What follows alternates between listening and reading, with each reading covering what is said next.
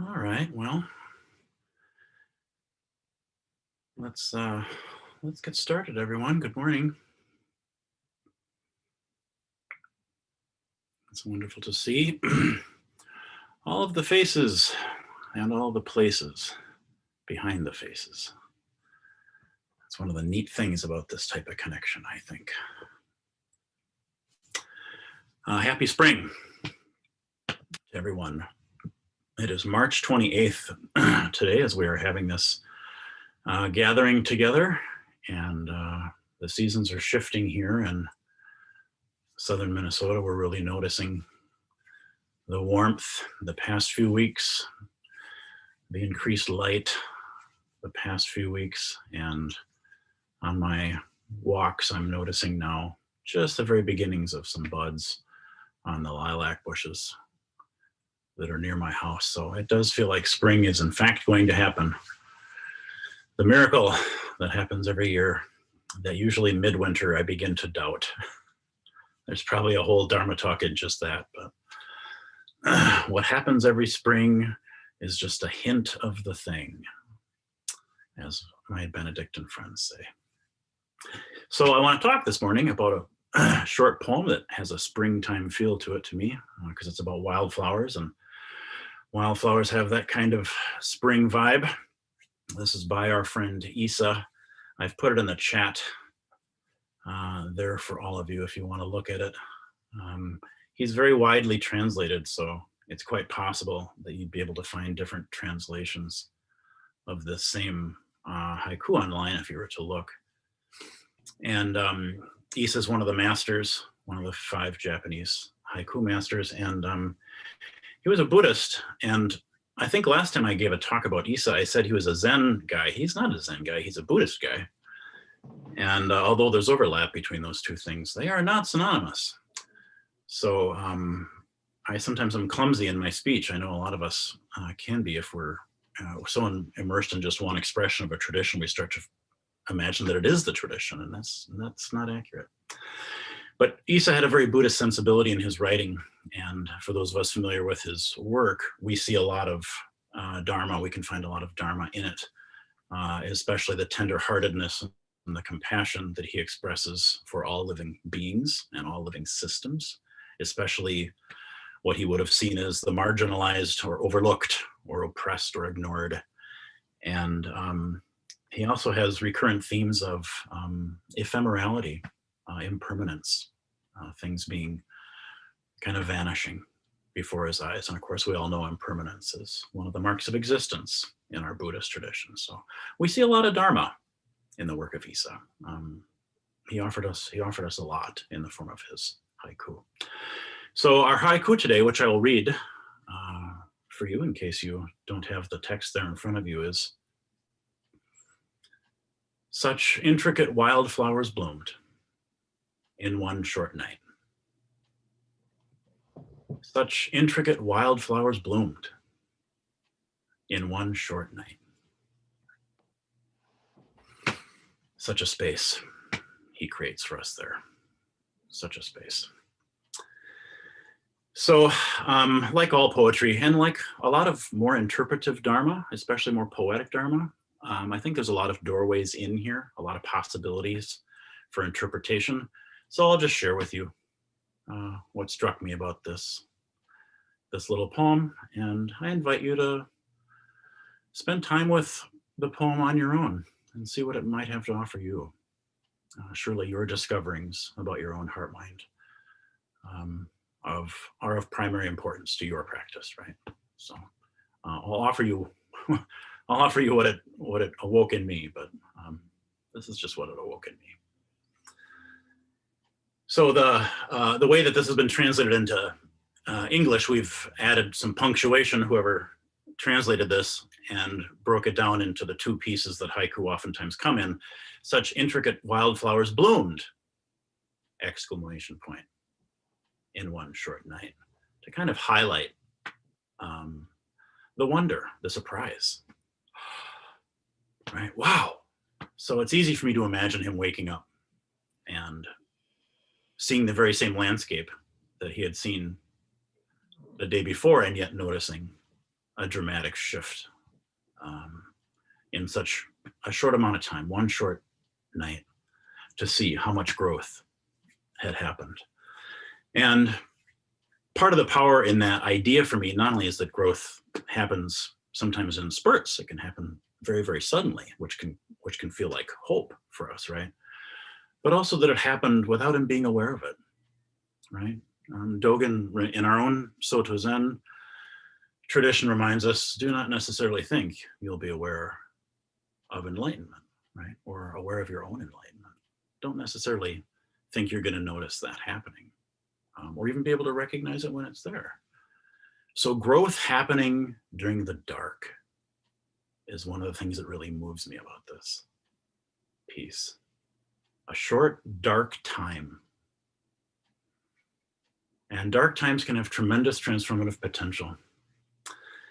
And I'm aware of how much more I see, that I feel it's safe to say we collectively see in this city, in this country, in this world, as a result of the dark times that we've been living in the past year or so.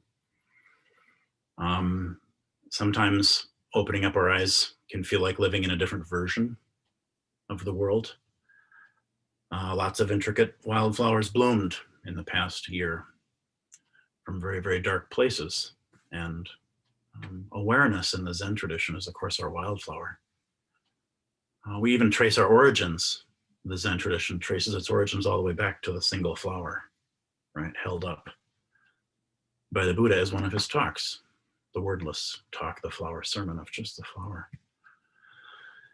And so we've, I think, all known that these past months, even years, but certainly the past year of COVID and the lockdown, the pandemic, and all that we've noticed about our human experience have illuminated places that we hadn't seen in quite the same way before, that had been left unexplored, or left unacknowledged, or even ignored.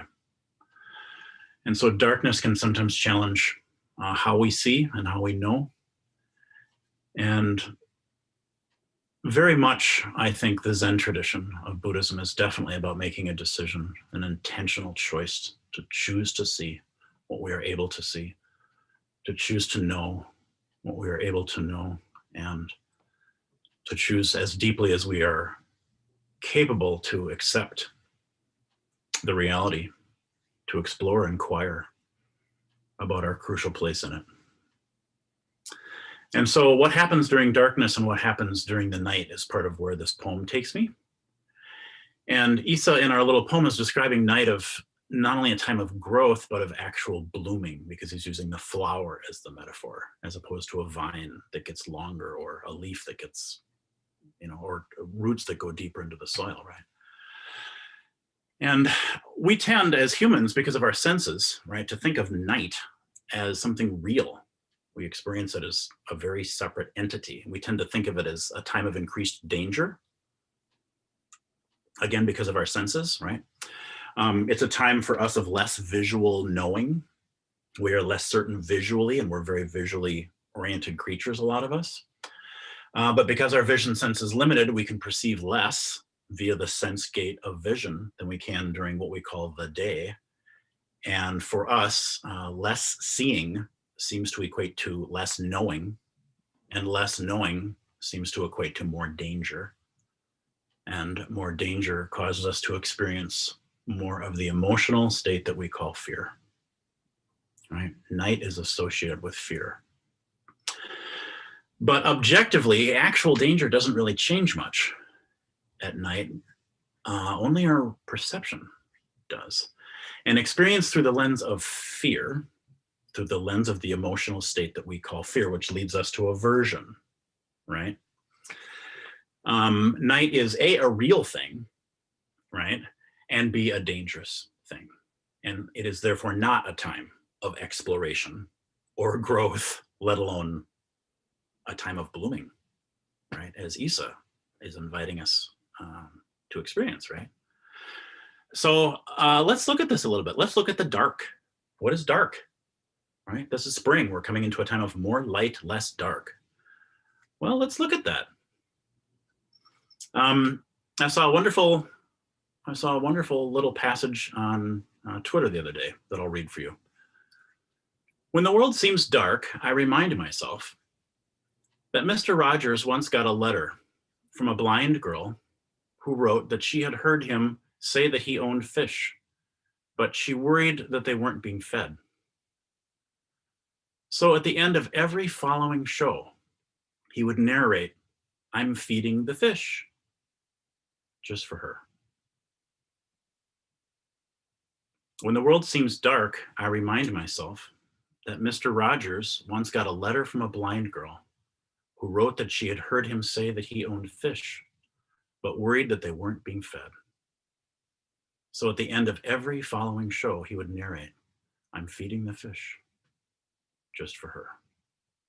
For those of us who grew up watching Mr. Rogers, I remember very clearly watching him scatter the food atop the little aquarium he had and say, "I'm feeding the fish. It's time to feed the fish.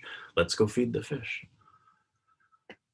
One of the things I like about the way this was written was the choice of the words, "when the world seems dark." That's talking about subjective perception, right? Instead of "when the world is dark." The world seems dark. That's correct, right? But strictly speaking, we're humans, right? So the world never actually gets dark or light. The only difference is actually us in our subjective perception of our individual sense organs. We perceive more reflected light or we perceive less reflected light, right? And as an interesting side note, we humans can see 0.0035% of the light spectrum, 0.0035%, right? And I saw an article recently that says scientists have now discovered that hummingbirds can perceive colors we can't, right? They're there, they're happening right now. We just can't perceive them, right? Because of the limitations of our sense organs. So we have to imagine them, right? Like Gru and Reen and Rello and Yed, to make up new words for new colors, but we can't see them, right? So the world seems dark to most of us at night. To that blind girl who wrote that letter to Mr. Rogers, no day, no night. Right? For other animals, for other species, for other even humans, our perception of light and dark is very, very different, right? And the second key about this little nice story, the little Mr. Rogers story that I like so much, is that even though she cannot see with her eyes what is happening, she knows that the fish are being fed. So she's being cared for because someone is telling her that that's happening. There are more ways of knowing, right? And being cared for, caring for ourselves, recognizing where we are supported, such an important part of our practice. All of the ways, there are so many ways in which we are being cared for, that we are being helped, that we are being supported, that we just do not recognize, right? Just like colors we can't see, they're happening now. Suzuki Roshi has a really pointed teaching about this. He said, Buddha is always helping you, but usually we refuse Buddha's offer. For instance, sometimes you ask for something special. This means you are refusing to accept the treasures you already have. You are like a pig. When I was young, my father was very poor and he raised many pigs. And I noticed that when I gave the pigs a bucket of food, they would eat it after I went away. As long as I was there, they wouldn't eat it, hoping I would give them more food. I had to be very careful. If I moved too quickly, they would kick the bucket over. I think that is what you are doing. Just to cause yourself more problems, you seek for something. But there is no need for you to seek for anything. You have plenty, and you have just enough problems. This is a mysterious thing, you know, the mystery of life. We have just enough problems, never too many or too few. Isn't that an interesting Dharma teaching? I love that he equates our grasping nature, greed, right? Like you're asking for more problems. The thing you think you want is going to, right? You have plenty. Buddha is always helping you. So we may not be able to see, of course, as much during the night that as what we can see during the day, but we also have to know we have lots of ways of knowing, just like the little girl can know the fish are being fed in more than one way. And also, we do not have to stay stuck in our belief in the night, nor do we have to stay stuck in the belief that the darkness is an enemy, or that not knowing is an enemy, or my lack of recognition of how I am supported means I'm not being supported. We can see instead how our fear, which we inherit honestly and has been a friend, can also cloud our perception and limit our experience of being alive, and it can obscure our wise mind. And meditation practice and Zen practice teach us that all of this can be adjusted with practice, right? We can remember our other ways of knowing. We can remember the wise mind, the large space that holds the small experience of fear, right? We can be reminded, which is why we sit every day, right? Part of why we sit every day. So it seems right, to me at least, for a bunch of reasons, that although we leave our eyes open during our zazen, we face a blank wall. Vision as a sense, vision as a way of knowing is affirmed. We leave our eyes open, right? But it's not the one that's emphasized. We face the wall. We face the wall because our gaze is cast inward and not outward. Right? We all know this. In Zazen, we go in. We go in to make the implicit explicit.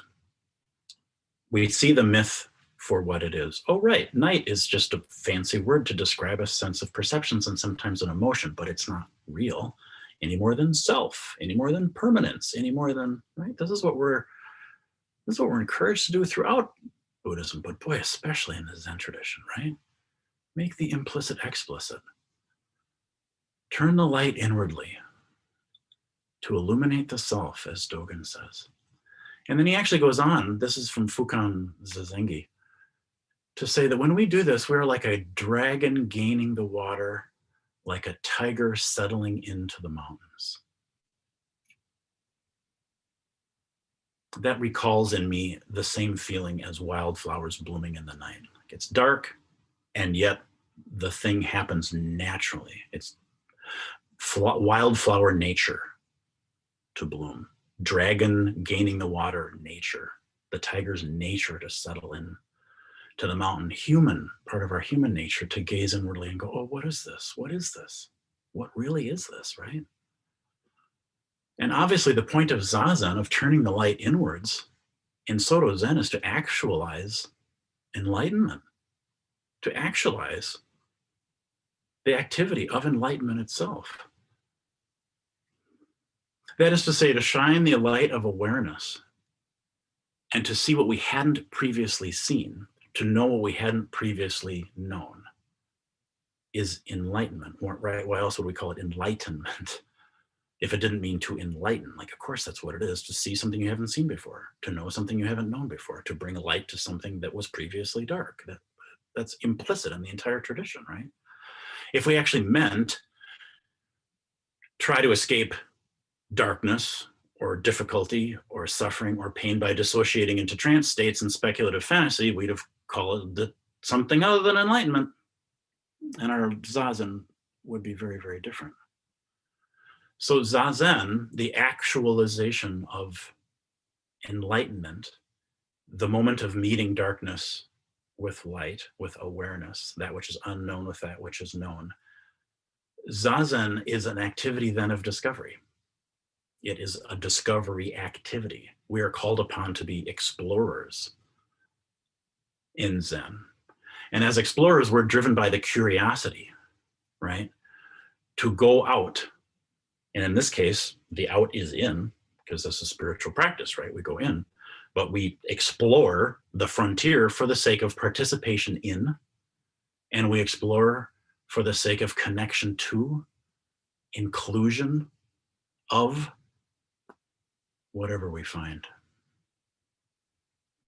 That seems important because in our country, the exploration pioneer spirit has not always been done in the spirit of participation in, connection to, and inclusion with.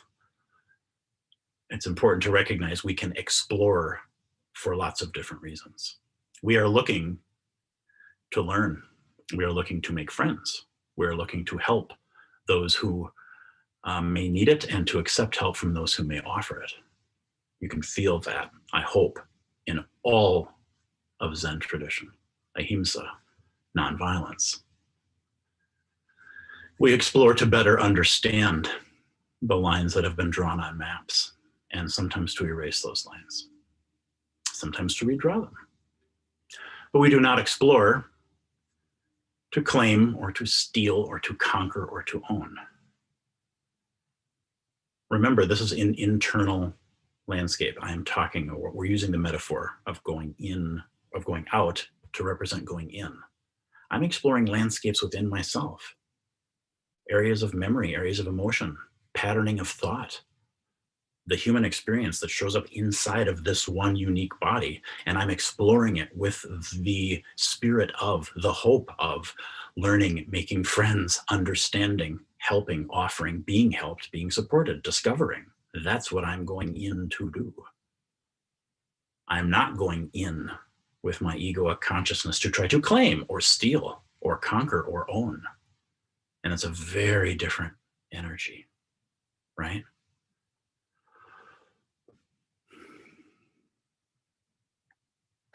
So the places in us that we do not understand and we do not know, that we can't see, or the ones we tend to avoid or ignore or deny because of our fear.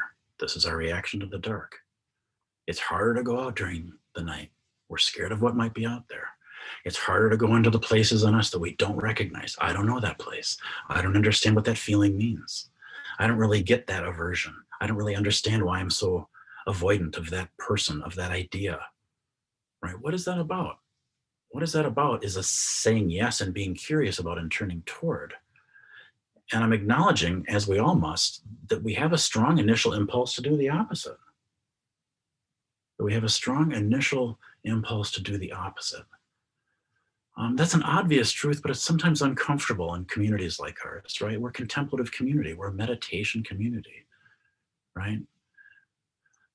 And so it's hard to say, like, well, the uncomfortable truth is that, gee, for most of the time, the fact is I do tend to avoid that which I don't know, that which I'm not certain of.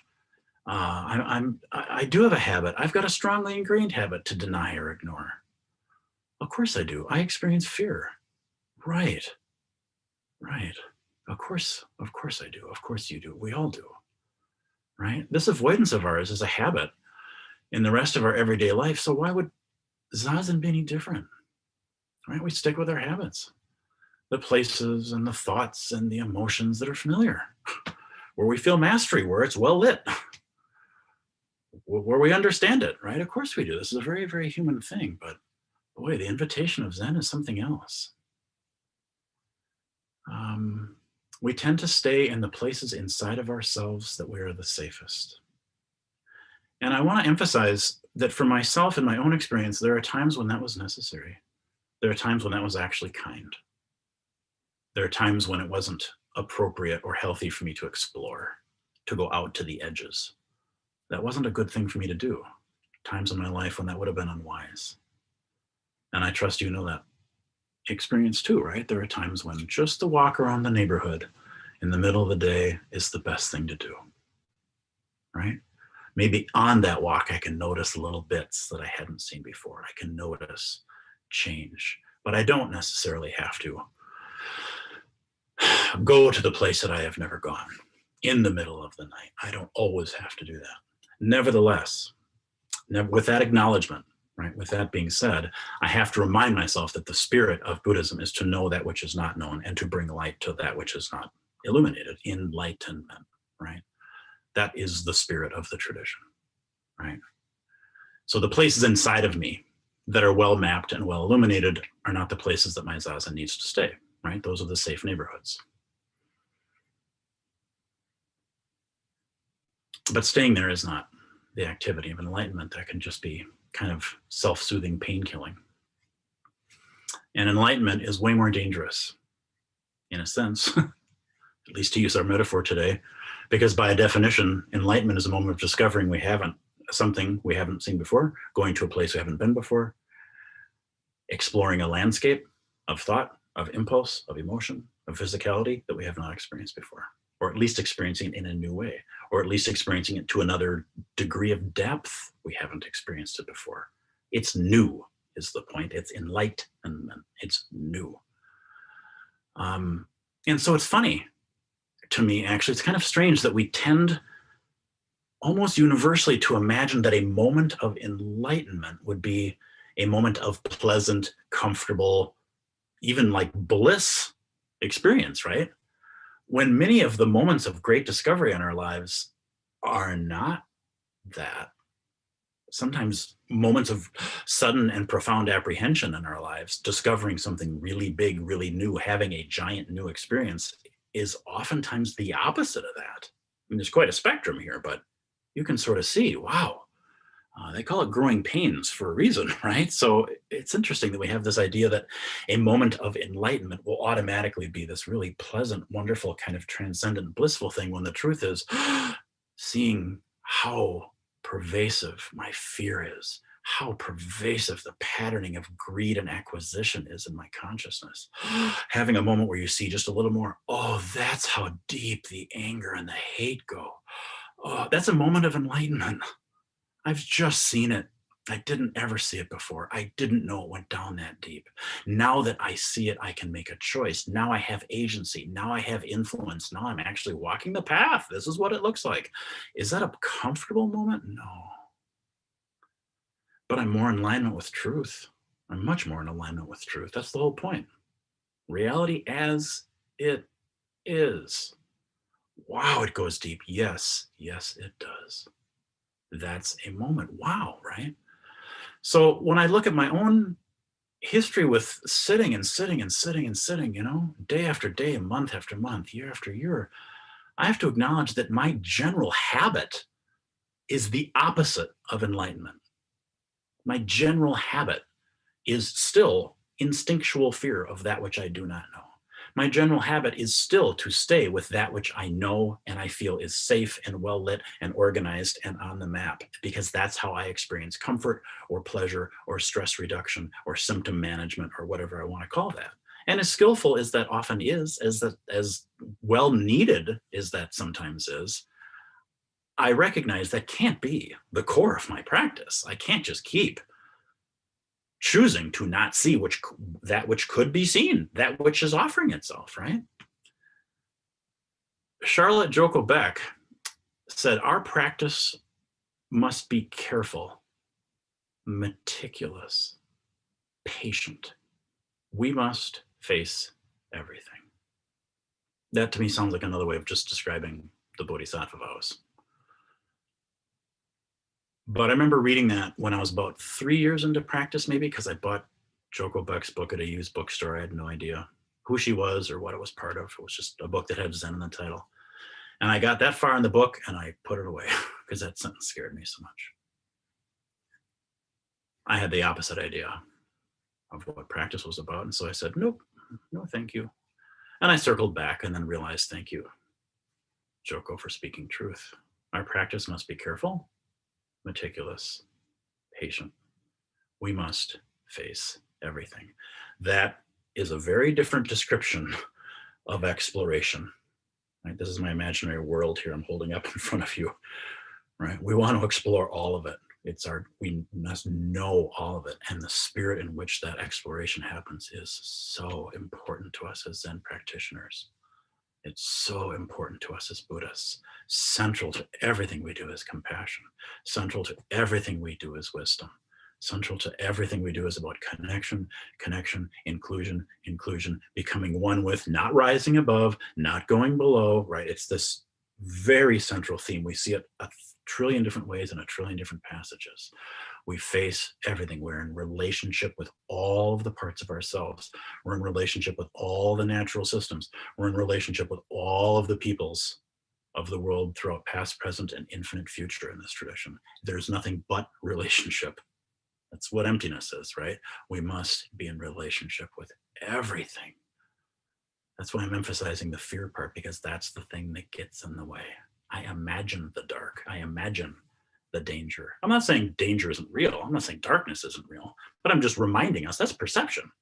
That's this limited human being's perception. What's dark to me isn't dark to you, and what's fearful to me isn't fearful to you, and vice versa. So here, suddenly, is the ground of my practice. Busho, sit with your fear. What is it telling you? What is it about? What does it go back to? What karmic patterns created it?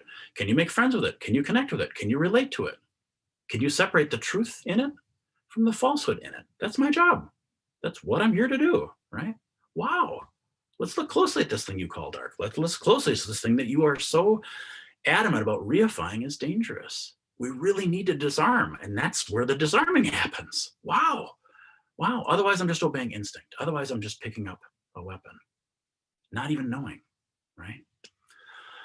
So we know, of course we know. Science tells us this, Buddhism tells us this, psychology tells us this. Fear obscures our vow. Fear gets in the way. Fear makes us stupid. It just does, right? We need it, of course, but we have to recognize its function for us. And as Buddhists, we're committed to looking very, very deeply at emotional states, especially afflictive emotional states, right? And so during Zazen, these very, very, very subtle moments show up that a lot of us I know today have the subtlety of awareness to recognize, oh, there's a pocket of fear. It showed up, it was there about a second and a half, it flickered, and there's an invitation there. And I can watch myself go, I'd rather go here, thank you. Or I can watch myself go, oh, what are you about? If I'm indeed a tiger taking to the mountains, if I'm indeed a dragon taking to the water, it's not a problem at all to investigate that, right? And so we must become refined enough, careful enough, meticulous enough in our awareness that we recognize those pockets of suffering and go, to obey my vow right now is to go toward you because you are suffering. And I imagine that this is bodhisattva activity. The activity of enlightenment itself is to bring light to that which is dark, to bring freedom to that which is not free. That's what I'm here to do, right?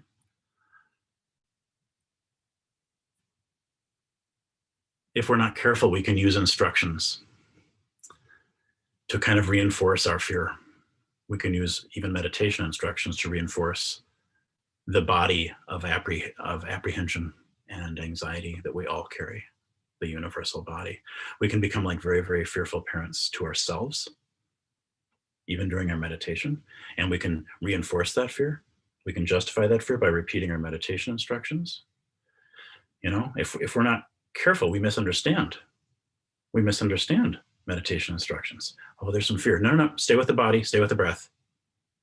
Oh, I wonder about, no, don't think. No thinking. Oh, I'm set. No feeling. Stay with the body, stay with the breath. Don't think, don't feel. Don't go deeper, don't ask questions. Don't wonder, don't explore. Stay with the body, stay with the breath. Don't think, don't feel. Don't go deeper, don't ask. I've heard these instructions. I've practiced with these instructions for years. A lot of us have. I'm not making this up. You all have heard stuff like this, right? There's a wisdom at the beginning to knowing, hey, where's your body right now? Where's your breath right now? Do you notice when you wander? Notice when you come back. Really powerful, super, super helpful. And after a while, it creates in us a safe neighborhood where we can always just stay. And the beauty of creating that safety is I'm starting to learn I have influence over my experience of being alive. I'm not, in fact, a victim. I can create in my own mind a patch of safety, of immediate experience that is brilliantly powerful. But that's where Zazen is invited to begin. Now that you've got a safe sense of self, now that you've figured out you're a dragon, you can go into the mountains. Now that you've realized, oh no, wait, dragons go into the water and the air. Tigers go into the mountains. Actually, I can imagine dragons being helpful and comfortable any place. You know what I mean? When you figure it out, right. Oh, right. I can always come back here. I know what this is. I know who I am. This is okay. Poof, off I go. Off I go to the place I haven't been before. I'm big enough now to have the feeling I've been avoiding. I'm brave enough now to stop running. My eyes are big enough and clear enough. My heart is wise enough and strong enough to stop avoiding, right? I'm a grown-up now. And so I can do grown-up zazen. And I can start doing the wilderness practice that Dogen is encouraging me to do. Because staying on the map is not enlightenment. It's very literally refusing it. I will not learn something new. I will stay with that which I know is the opposite, the exact opposite of what we have been invited, implored, encouraged, begged to do for the past 2,500 plus years. We must face everything. So Dogen says, and I like his metaphors, he says the dragons explore the seas, and he says the tigers explore the mountains. Of course they do. I believe him. It's not lost on me that Dogen chose the image of dragons and tigers as his metaphors for our Buddha mind, for our Buddha nature, for our wise men, for your zazen. Remember, Fukan Zazengi is universally given, right?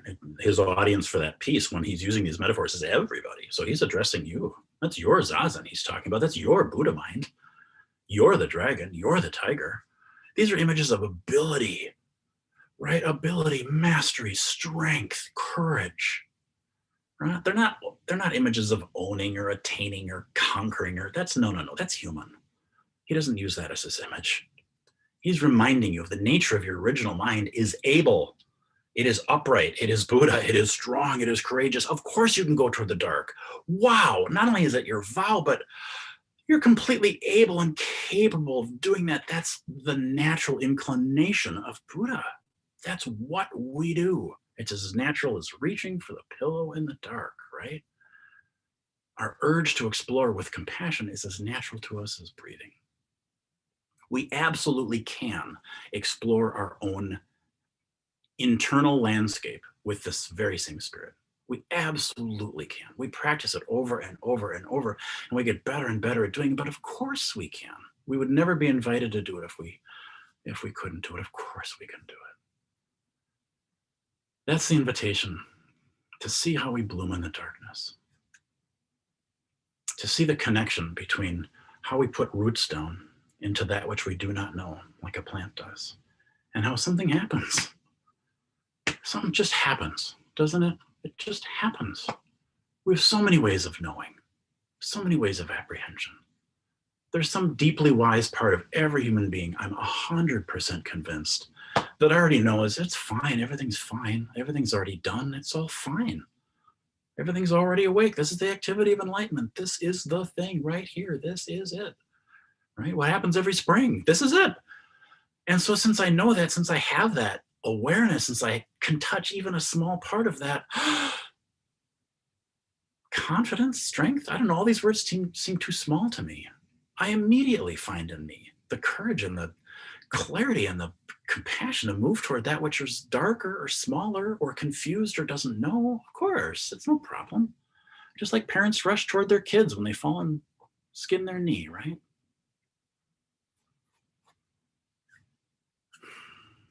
So our connection to our inner landscape, our connection to ourselves, the wildflower's connection to the night and to the soil that it's rooted in, the dragon's connection to the sky and to the water, the tiger's connection to the mountains, the way our light touches what it finds when we look inside is of supreme importance. Please let yourself regard, the way you regard, the way you view, the way you explore, the way you perceive during Zazen, right? Please let yourself regard, be curious.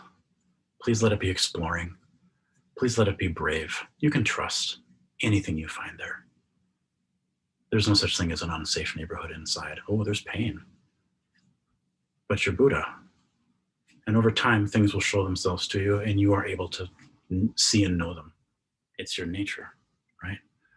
Kind, curious, allowing, connecting, right?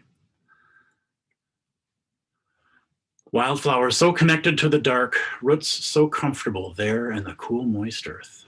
I marvel at their comfort. I marvel at their lack of doubt about their own belonging. Faces held out bare, aimed into the heart of the infinite sky, reminding us, imploring us, hold it all like water in your hands. Each drop of memory, each drop of pain, hold it in warm heart palms, lest it freeze, harden, and return to invisibility and become suffering. Become something with a higher body count than the simple, safe, trustworthiness of pain that tethers us to this shimmering world. So I'll end with Isa again. Such intricate wildflowers bloomed in one short night. And my hope for all of us, both in this little community and in our infinitely large community, is that this very moment is one of those short nights that give rise to blooming. I appreciate your attention today. Thank you so much for listening to me. I encourage you to explore this poem on your own and see what blooming it causes in your own heart. Thank you. And I know we have some time here left. I also know we have some announcements and things that have to happen at some point here. So Jason, I'll trust that you'll jump in when you need to bring this train kind of back on track. But for the next few minutes, if people have thoughts that they would like to share or make your voices heard in some way, ask a question about the material or anything, it would be a gift to all of us to hear your voices today. So I'm going to do a little scrolling here and just see if I see any paws being raised, or if you want to shoot something into the chat, that is a-okay. I see John. Good morning to you, John. How are you today? Thank you, Busha. An interesting fact that I think of as kind of a metaphor, and it goes along with the wildflower poem, is we think of spring bursting forth, and when the trees start budding and putting out leaves, that's when they're becoming active. But actually right now, this time of year, the trees are actually spreading out roots right now before they start